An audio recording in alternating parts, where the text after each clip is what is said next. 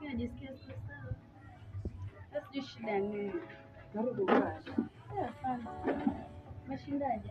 Salamu Mwili ndio kwenye zangu hospitali. Lakini nilikawia sana pale. Lakini leo kwambia kitu ile kasirika. gani? Mama anajua sika zako sana. Unaweza kitu gani? Bado niambia mkomoni za kitu gani? Mwisho utakasirika. Pata kitu gani? Yaani kwa huru tu.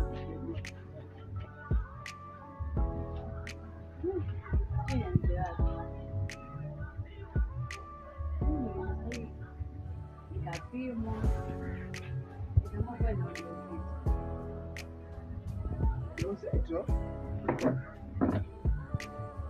ndio ujauzito. Umesikia nini? Hujasikia ujauzito? Sio ujauzito. Nani wapo? Mbona unashangaa? Wewe unadhani mimi na mwingine uko nje na date nao? Sasa mwangu wewe peke yako. Kama tena na mwingine. Uzito tu hapo kama ni wako. Unajisahau. Kumbuka ile siku mpenzi mimi na wewe. Siku. Mimi siku ile nakumbuka ni siku ya kuzaliwa peke yake. Nilijua tu ngamoto ya zako. Wewe kumbuka ile siku mimi na tulikuwa tumekutana.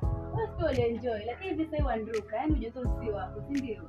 Wewe karibia siku acha kupagana na mimi. Sasa mimi nifanyaje mpenzi? Mbona uko hivyo? Ni shauri yako. Sasa tu kwa mimi ni mke wako jamaa nakwambia na ujauzito hivyo. Sasa nifanyaje mimi? Alafu Mungu pia akisikia atanifukuza. Hiyo ni shauri yako, utajipanga wewe mwenyewe utatoka na wapi shauri yako. Jamani, mbona unifanyia hivyo mpenzi? Nani alikwambia majenzi wanakubali mimi? Majenzi si atukubali mimi. Mpenzi, lakini mbona unajisahau? Hivi mimi si mke wako kama una mke mwingine? Usiwe ni Mungu atalimpa mume, lakini mbona unifanyia hivyo? Sio basi mtoto ni wako, kwani nani mwingine mwana wasia vipi mimi? Mimi wa kwanza hata sizalishi. Sasa mimi nitafanyaje? Kwanza hebu nyonyoa miguu yako utoke hapa. Sitoki.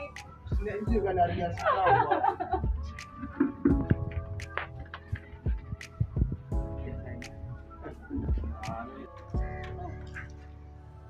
Dada. What kweli? Dada. Tena nimsubiri. Maana sasa ondoka hapa kama sijamuona. Unatoka hapo basi nakusubiria tu kitambo. Nilikuwa nataka shughuli fulani pale. Habari Nzuri. Keti basi. Kaa. Sasa zikana stress bike tumeenda hata chini.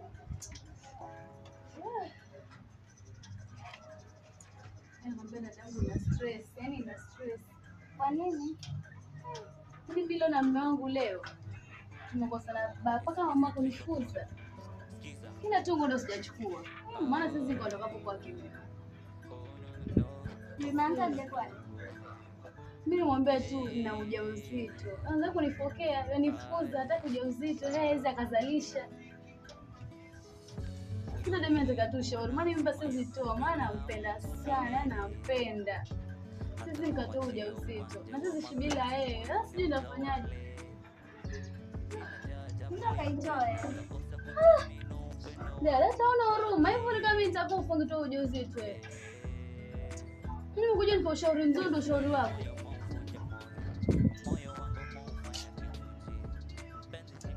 Sasa fanya nini?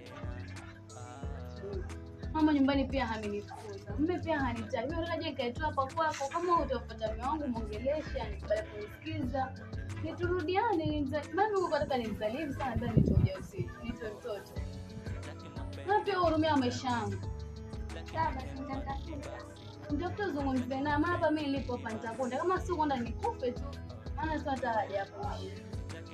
Maana kama nitamtafuta tungeza. Sasa acha mimi ndio zangu sisi nenda wapi? Ndio rafiki yangu kanga kule maana hata sitakula hapo leo.